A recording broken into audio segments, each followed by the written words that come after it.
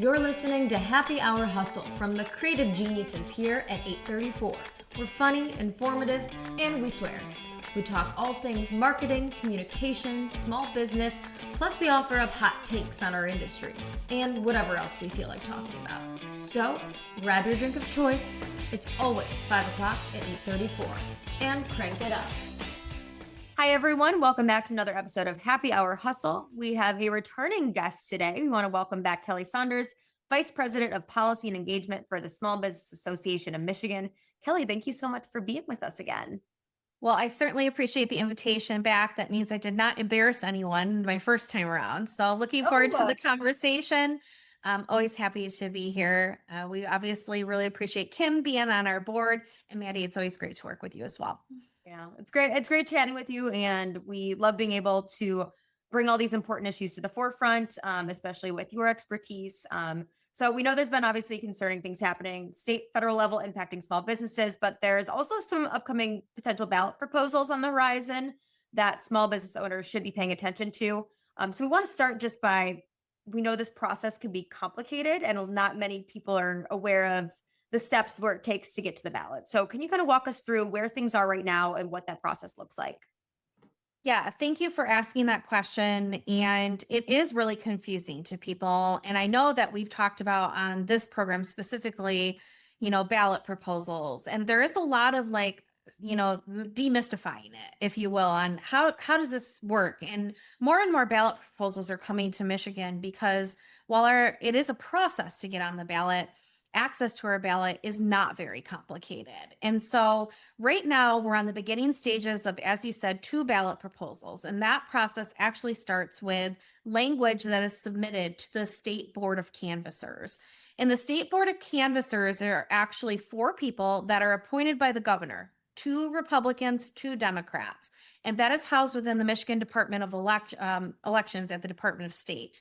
And essentially what happens is that these groups that come together to advance certain initiatives put together language and they're submitted through the Department of State. Mm-hmm. And then that is then essentially in a way negotiated in a public forum and with the State Board of Canvassers to essentially create the verbiage that will go on ballot petitions that are then circulated. When you're going to the grocery store and people are standing outside and they're saying, can you sign this petition for us? Yeah. This body is in charge of essentially deciding that verbiage that goes on that petition to inform people on whether they want to sign to get that proposal onto the ballot. Mm-hmm. And so this group, the State Board of Canvassers, actually holds a lot of power. It really does decide what you're going to be informed of as a voter in order to get this onto the ballot. And so what we're doing right now is we are actually coalescing a group of business organizations to essentially plead our case on what that language should be around these ballot proposals we're going to talk about, because we feel like it is very important for voters to understand if there's going to be these 2 proposals that go on the ballot, how critical it is to understand the meat of what is in that ballot proposal. Right. No, absolutely. And I mean, that part's so key because you look at proposal language has made or broken a lot of different the way people vote for them, right? Because the way you word it is almost everything, right? To some extent. So yeah, no, that's so important. So let's talk a little bit about those proposals and kind of the language that you want to make sure people understand about it. So we want to start with the graduated income tax. Can you talk a little bit about where that stands right now, the language that you are working on, and then what businesses should know about that one? Sure. So this one is really critical to us. Michigan enjoys a flat tax on the income tax. And so right now we sit at 4.25%.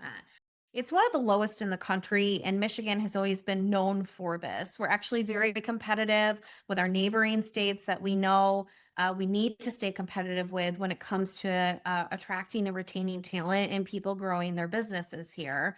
And so the idea of a graduated income tax is essentially being imposed in Michigan is what we're truly getting at the core of here. So it is ingrained in our Constitution that we cannot have a graduated income tax. Mm-hmm. And so therefore, this proposal is essentially trying to what they say abrogate, which means repeal that within the Constitution in order to create a graduated income tax here in Michigan.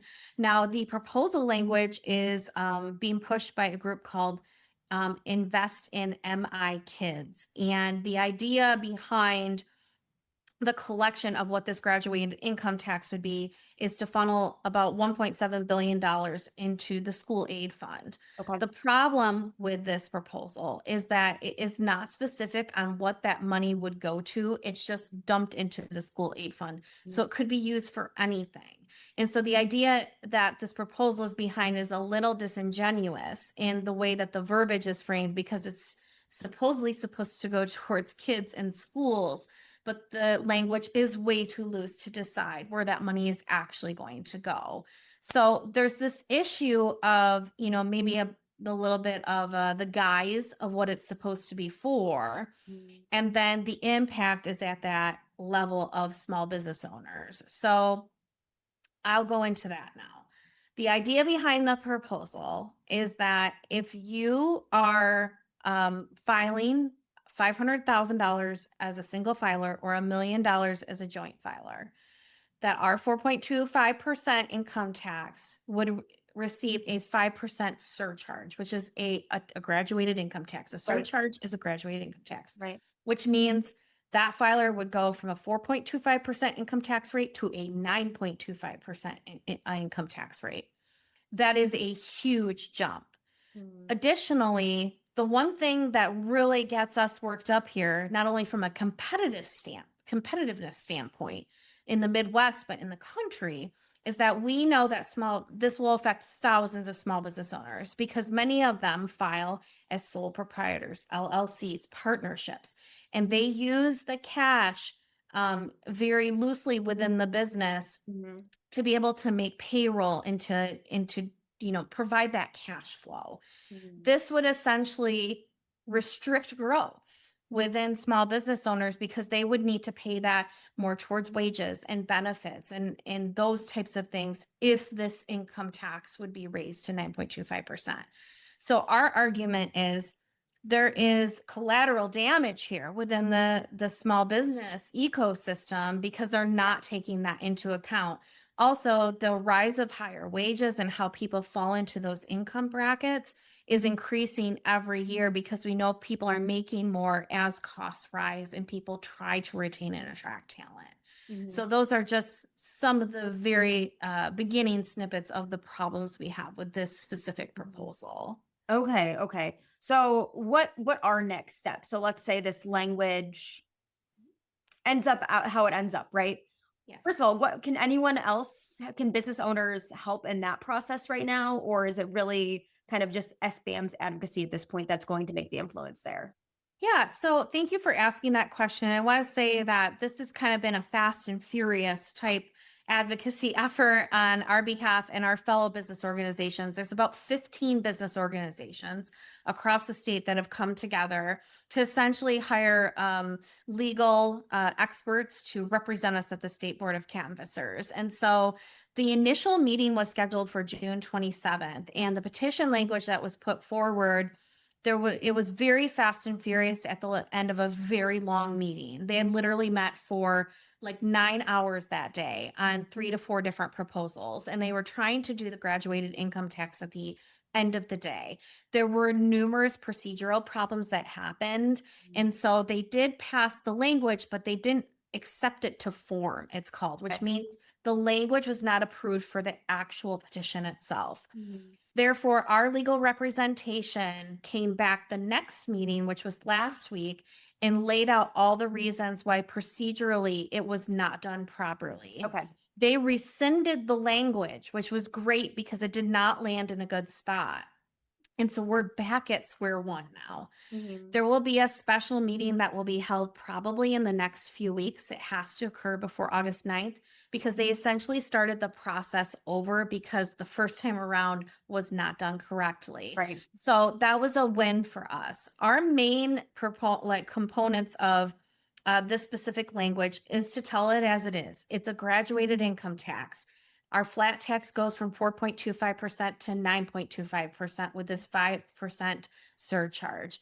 It's talking about how small business owners will be affected in that language. Right. And so what we're going to be doing in a meeting to be decided, because they have not said it yet, is to bring forth that type of language to hopefully be included in the description. So Okay. when people are approached to sign this petition, that they understand the ramifications of how it will affect our economy. Right. No, absolutely. And can you talk a little bit too about, when you hear graduated income tax, you oftentimes think, oh, well, it's the big businesses. It's the big, but you know, this will impact all the way down to some of our state's smallest business. Can you talk about that and like what that actually means, that 5% at $1 million level or a $500,000 level? Sure. The irony in all of this is that we know that thousands of small business owners will be impacted because of the way that they file in those various, that $500,000 threshold and then the $1 million for the joint filers. And the irony in all of it is that we have a corporate income tax here in Michigan that is set at 6% and it will not change. Right. And so we have small business owners that will potentially be paying a 9.25% income tax where corporations will stay at a flat 6. Right. And so how wrong is that in the grand scheme of things? And I'm not here to debate the corporate income tax. We like where the corporate income tax is at. Right. What we're saying is that this proposal is damaging and should be rejected altogether.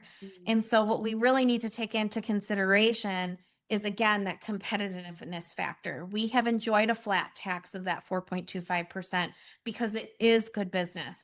Ohio is at a little bit over 3%. Indiana, the same. If we go from a 4.25% to a 9.25%, we're going into the top 10 of the country where California is at that rate, Oregon, New York.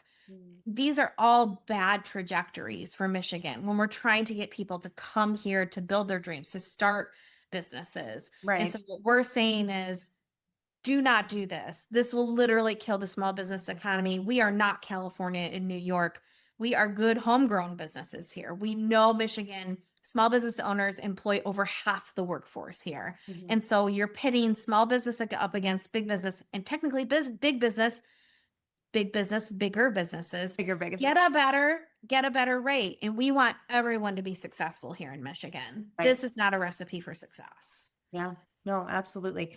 And then I do want to just touch on, there is the one other proposal. So I want to get into that before we kind of like close it on what people can do. So there's the minimum wage repeal. I know that you guys have done a ton of stuff surrounding this, but for anyone that is unaware, what is the process of this one at right now? Sure. So, Maddie, we were talking before we hit record here that this is like Groundhog's Day with minimum wage. Here we are again. If you'll recall, more than a year ago, probably almost 2 years ago at this point, we were in the middle of the minimum wage, tipped wage, Earned Sick Time Act mess at the Supreme Court level. We had filed an amicus brief, saying that the legislature before had done the right thing by adopting and amending a law back a few years ago, and the Supreme Court had reversed it and created its own minimum wage schedule and phasing out of the tip credit, which we know is vastly unpopular in the service industry. People who work in the service industry like their tips. They like that process and how it is. So we went to work last year at the beginning of this year in order to preserve the tip credit. We accelerated minimum wage up, that schedule up, in order to kind of find a minimum ground while still retaining that tipped credit, and landed in a decent spot. That group is back again in order to essentially repeal that minimum wage schedule to go back to what the Supreme Court passed, which actually decreases the minimum wage on the schedule that it is on. We were successful actually in that petition, stating that it is a decrease in minimum wage. In pointing out that the tip credit would be phased out, which servers do not want. So we feel really confident and positive that that petition language is going to truly portray to the voters what it means to put that on the books, because we're very happy with where the legislature landed and the governor signed into law earlier this year. So while we are frustrated to have to spend time on this again, we feel that once people actually read the description on that petition and understand what it does, that they will choose to not sign and ultimately reject that referendum. But again, both of these proposals, once the language is confirmed, assigned, and things can start to get circulated, they do have to get over 440,000 signatures across Michigan, which often takes a paid effort or a very organized grassroots effort. So we're hopeful that if that language is obviously set with minimum wage, and we can get a very transparent language on the graduated income tax, that people who vote in Michigan will see this as not a positive step in the right direction on either of these proposals. And obviously you guys are doing a lot of advocacy efforts, getting the word out there, newsletter, you guys do social posts. There's a lot that you are doing to get the word out. But for anyone that's listening to this or who is an SBAM member, who knows other small business owners, what is your message to them and your suggestion to them over the next few weeks as this process continues? I would say just stay in tune with us and stay plugged in. We will be making sure that SBAM members for sure, but the small business community as a whole understands where we land on the language. And then it truly is just public education on what this is, why we don't want it, and making sure that people decline to sign at the end of the day. That's kind of like the catchphrase that we're going with. These are not worthy petitions to sign.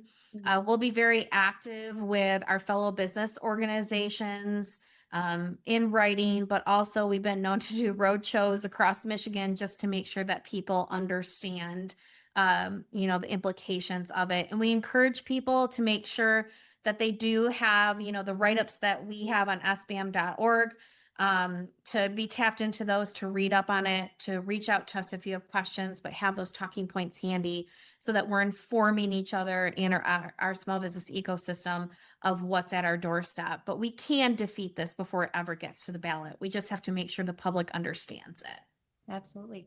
Kelli, anything else that you wanted to talk about that I didn't ask about, or any things you guys are working on that people should know about?